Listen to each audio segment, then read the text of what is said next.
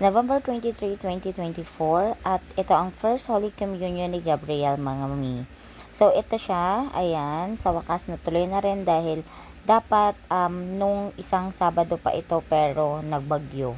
Nagbagyo ng Pipito, nagbagyo ng kung ano-ano. So ayan, ngayon pa lang siya natuloy mga mi. Ayan, para ako ikakasal, 'di ba mga mi? Pero diyan talaga ay matagal ko nang binili yung suot na yan, dress na yan. Ito ang kanyang best friend, si Sander, at ang kanya namang pinsan na si Selena. Ayan, pinsan ni Gab Gab, si Sophie. Ayan, tuwang-tuwa siya mga minong nakita niya yung certificate niya.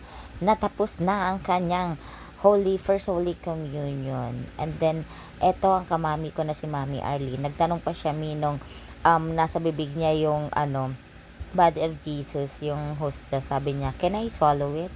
Di ba, nakakatawa lang si Gab Gab. Curiosity ba? Ito naman ang friend niyang si Andre.